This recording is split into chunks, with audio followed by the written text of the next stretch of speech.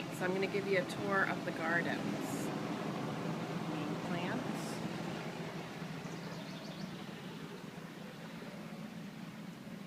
The solar bird bath, which you guys gave me last year, with the red flowers to attract the hummingbirds. The dog beds. We've had hummingbirds. Screened porch. Set up from dinner the other night. Carrie's feng shui fountain.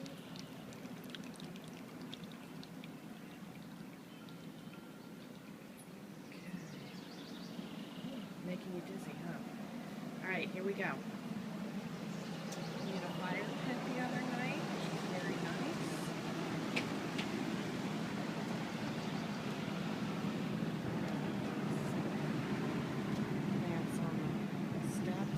Bee-balm in the tiered gardens. Look at this.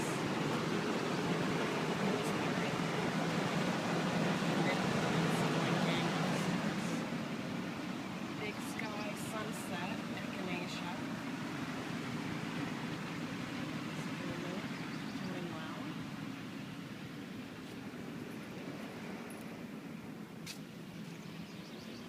This is Chandler's Memorial Garden. Grasses are going gangbusters. This is great. See, they're taking over. We may have to move the marigolds. This is the spinach bed. We're going to put potatoes in. Tomatoes. Cucumbers. You see our cucumbers? Yeah. Lettuce. Chives. Oregano. Bay leaf, regular basil, purple basil, more tomatoes, green beans, another tomato, peppers. Peppers don't look like they're doing so well. Another tomato, lettuce. These are the red lilies we moved from the front because they were being eaten. We're not sure where we'll put them yet.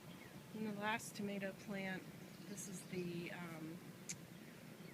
tropical plant. I can't think of the name with the big red flower. Here's the side garden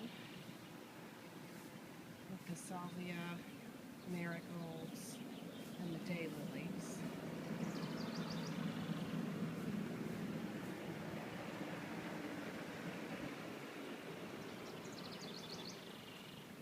The blueberry bushes are starting to turn blue, and you can see we have some Japanese beetles. Those buggers. Blueberries. Feng shui fountain. Plum tree. Bird garden. The tiger grass is going crazy. Butterfly bush, sedum, agastache, red bee-balm,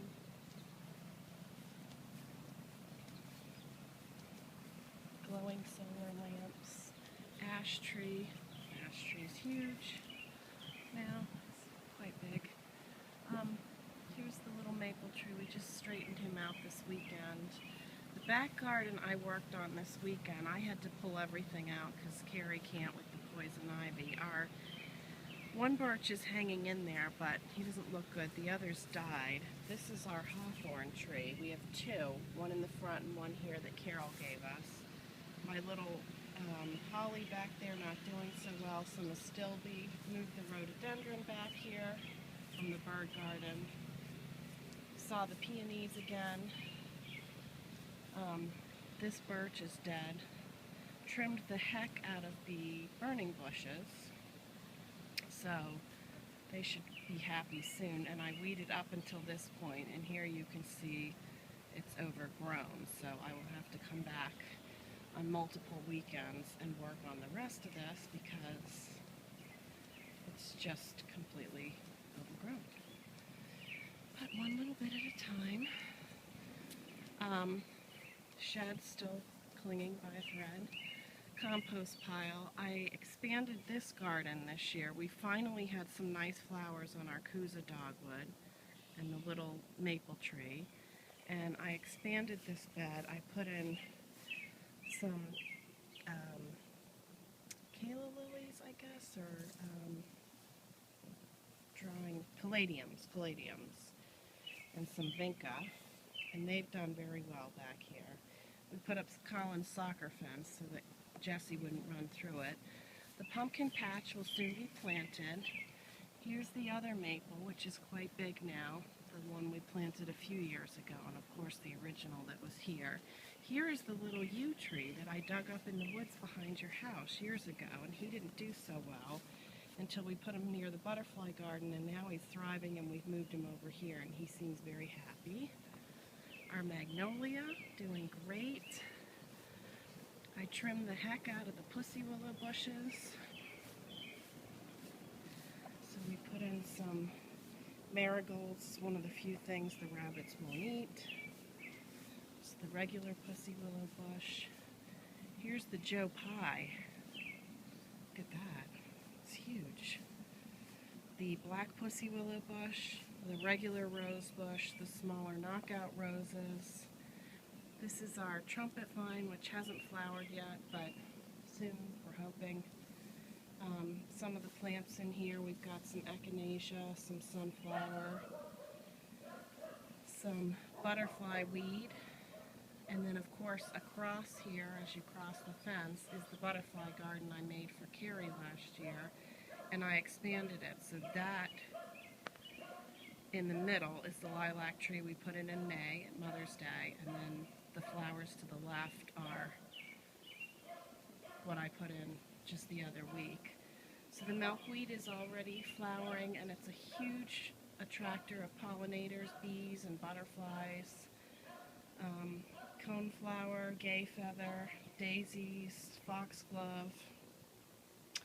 This is pineapple sage, that green plant in the middle, so that'll bloom with beautiful red flowers for the hummingbirds. Here's my little lilac tree. I've got some more black-eyed Susans. I put in some of these zinnias.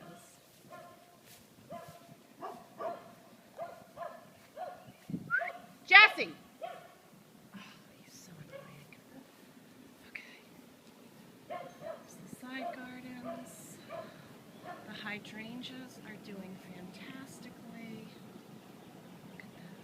They're just covered in blooms. They do like a lot of water, but they seem very happy here. Top tier gardens. The bottom gardens, which we still need to plant the coreopsis in there, which we have not done yet, but one thing at a time. There's only so much time and only so much money to go around, as I know you know that. And that's pretty much it. So then I'll take you out to see the front yard so we get a quick look at those gardens.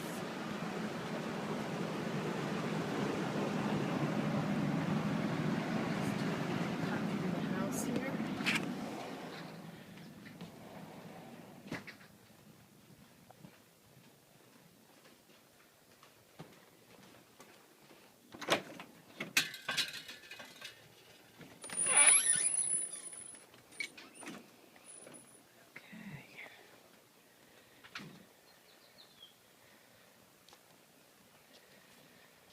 Trash just came today. I gotta move the bins back. We moved and divided some grasses and filled in this side with grasses and geraniums. You can see we have our wildlife habitat and area patrolled by Bedlington Terriers. I'll show you the mailbox garden, which has geraniums. I just cut back the mums, marigolds, or not marigolds, geraniums, sorry, grasses, sunflowers, sedum.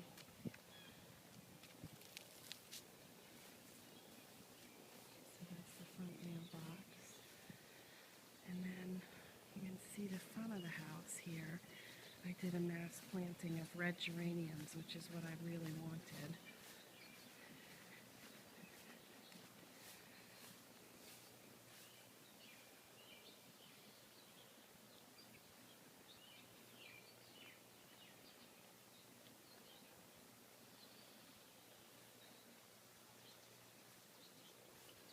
They've done very well.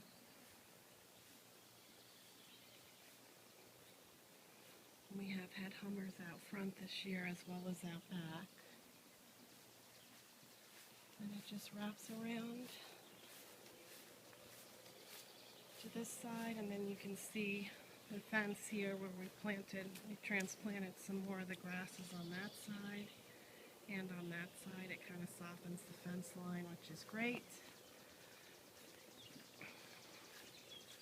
Here's our other little hawthorn tree. Carol McIntyre gave us these.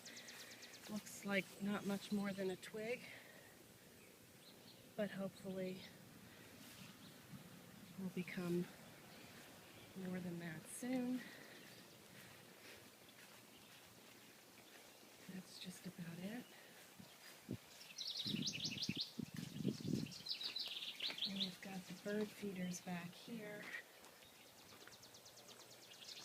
And of course, the little fountain here. And that is the tour of the gardens.